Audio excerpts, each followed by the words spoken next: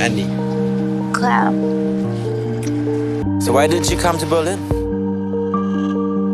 You know those life experiences they talk about all the time? I don't want this to end.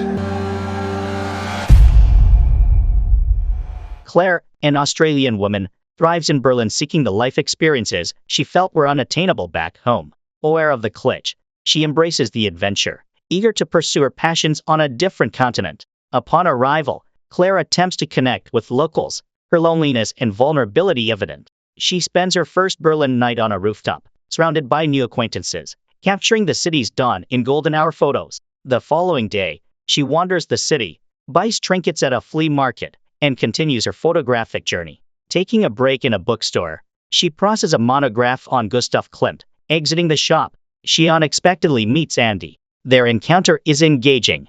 Despite seeing through his facade, Claire ends up spending the entire day with him, drawn into his charm. Claire tells him that the reason she's there is that she wants to photograph GDR architecture and make a book out of that. But Andy doesn't understand her obsession with it. He tells her that he's an English teacher at a sports college. He dives her back at the hostel that night and she tells him that she will be going to Dresden the next day, and before she exits the car, they almost kiss, but he stops and tells her goodbye. To little surprise, Andy is at the bookshop, where she finds him flipping through a Klimt monograph and begins talking to him. In the next sequence, they're having a beer at a local bar and talking about her photography. He's the next generation Berliner, who doesn't seem too keen on the politics of East Germany, and she can't tell that he might actually have some history connected to those times that have made him that way. They talk about that until he finds a necklace with a wedding band on it. The ring was given to Claire by her mom, who told her that if she got into trouble she could always sell it and come home. Later, the two of them are in his car because Andy's taking Claire to his apartment in an abandoned building. The place is falling apart and she immediately notices how quiet it is since no one lives there anymore. They walk inside of his apartment and she takes a look at it, noticing that the doors don't open. Andy walks up to Claire as she's staring out of the window. They begin to kiss and undress each other, then go to his bedroom and sleep together. After, Andy tells her that he wishes they would stay like that forever when they still don't know each other. Claire echoes Andy's wish, hoping they could remain in that moment indefinitely. The next day, Andy is found at his workplace, conducting a lecture for high school students. He quizzes them on their weekend reading assignment and calls on Franca to respond. Despite her broken English, Franca clearly understands the book and elaborates on the question in detail. Meanwhile, Claire awakens in the apartment, gets stressed, and prepares to leave, but she discovers that the doors are locked and she cannot find any keys to make her escape.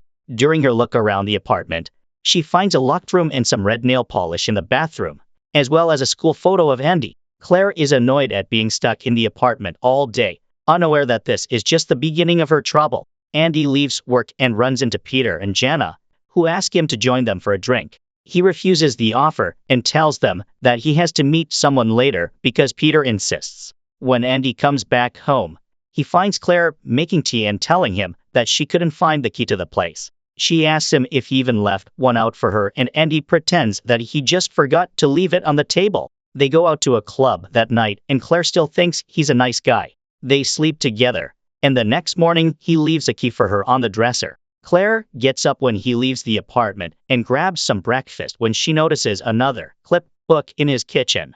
Inside the book, she finds a photograph of a woman with the words, "Mine," inscribed on her back. Naturally, that freaks Claire out, so she checks her own back for the same inscription and finds one there too. She immediately tries the key that Andy had left for her, only to find out that it doesn't work. The windows also refuse to budge, leaving Claire with no option but to try using her cell phone to call for help. However, just as she powers up the device, she discovers that Andy has removed her SIM card. This revelation shocks Claire into realizing that she is not merely a guest, but potentially a prisoner in Andy's apartment. In desperation, she attempts to smash a window with a chair, only to find that Andy had anticipated this. The windows are reinforced. Claire waits anxiously by the door for Andy's return, but she fails to escape as he re-enters. Feigning ignorance of her predicament, he ignores her request to unlock the door, only addressing the situation when he notices the damage. When Claire tries to reason with him calmly, Andy coldly warns that any further attempts to break the windows will force him to seal them completely. Andy starts making dinner like everything is normal while she tries to reason with him. He tells her that she's the one that wanted his day instead of going to Dresden. But Claire says that it was just something she said after they slept together, and that it doesn't mean anything. After a bit, Claire loses it and tries to fight him to open the door, but the psycho manages to overtake her and tell her that no one can hear her. Andy goes on with his life the next days like nothing has happened and visits his father at one of his lectures. Being bored at the lecture makes him want to look at pictures that he's taken from Claire when his father calls him out on his opinion about East Germany. The two have dinner together and argue about little things when Andy tells him that he has met someone. His dad asks about what happened to the other one, and when Andy tells him that she went back to Canada and the new one is Australian, the dad wonders why he always picks tourist girls. Meanwhile, it can be seen that he has been restraining her on the bed wrapped in plastic with just a towel under her. He also says that he told his father about them and that he texted her mom to let her know she's okay. As Claire stands up with piss all over her, she says that she's not good and that her mom will work out where she is because she's paid for drinks with her card. While showering, Claire finds blonde hair in the drain, hinting that she might not be the first to have been confined here. Later, as Andy secures her to the bed and takes photographs, she pleads with him not to tie her down again, arguing that she has no means of escape regardless. Before heading to work, Andy locks the keys away in a locker and places it over the front door. Immediately, Claire begins scouring the apartment for anything she could use as a weapon, eventually finding a screwdriver beneath the sofa. Meanwhile, at his workplace, Andy engages in a conversation with his colleagues, Peter and Jana.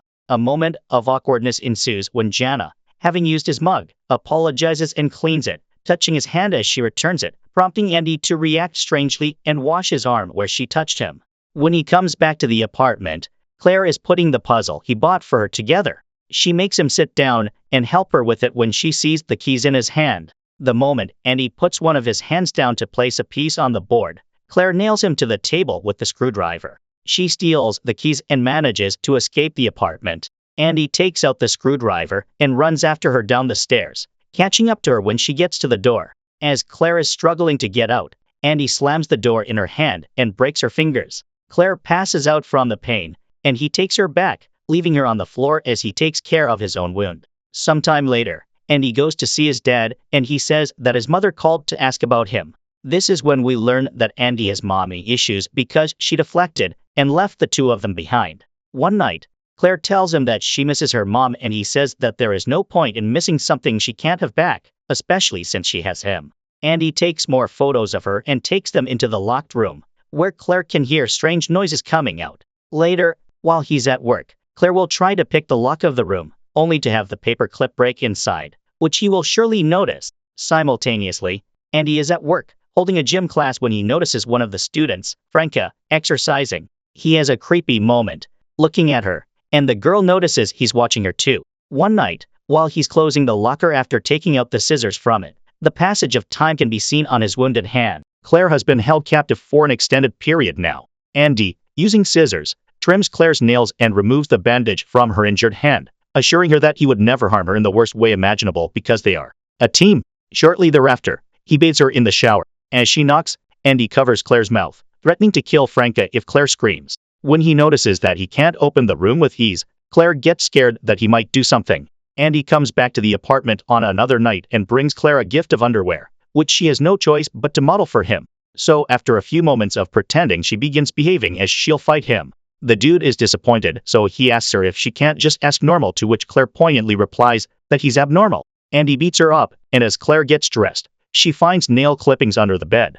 Since he got mad at her, Andy goes to sleep at his dad's house. Meanwhile, there is a power shortage at the apartment. Claire gets cold fast because it's already winter, and snow has begun to fall. The next morning, Andy tries to wake his dad when he realizes that he has died. He cleans up his house and looks for some toenail clippers. When he finds them, he cuts his dad's toenails off while Claire is simultaneously painting her own nails and trying to stay warm. Since the gas stove is still working, she's able to feed herself while she's imprisoned in the apartment without her jailer. Andy stays at his dad's with his dead body for a few days, fixing him up in his house, leaving Claire alone to wonder not when she'll be able to escape, but when he'll come back. She keeps finding trinkets left over from the others before her. After Andy finishes and arranges everything at his dad's, he comes back to the apartment. Claire is taken aback when he returns, having believed he would never come back. He reveals that his father has passed away, and she offers him comfort. They end up sleeping together. As Christmas and New Year draw near, they seem to find harmony in the playhouse. Andy gives her books with an inscription declaring her perfection in his eyes. This gesture prompts Claire to inquire how he chose her, to which he replies that he simply saw her pausing on the street, looking at something. Curious, she probes further about the previous girl, and when he falsely claims there was no one else, Claire confronts him with her knowledge of the truth. She questions if he still thinks about the other girl, and he denies it. They have a conversation in which she tells him some childhood story, but he seems uninterested. Later, he gives her his dad's dog as a present. One day, he takes her out for a stroll in the woods and she isn't trying to escape because he's also carrying an axe with him. After a little while, he gets ready to kill her, when a boy suddenly yells after them. He calls over for their help because his brother is hurt, so Andy goes to check on him. Clara approaches the boy who called them over and starts telling him to get her help because she's in trouble. Unfortunately, the boy doesn't understand English and gets mad at her for grabbing at him. Later, their mom shows up and calls the kids back as Andy grabs the axe again. He makes Claire come back to him and then takes her back to the car, putting her in the trunk. Later, when he sees how much love Claire has for the dog, Andy takes it away from her and lets it go, telling her it escaped. On New Year's Eve, Andy goes to Peter's and Jonna's party.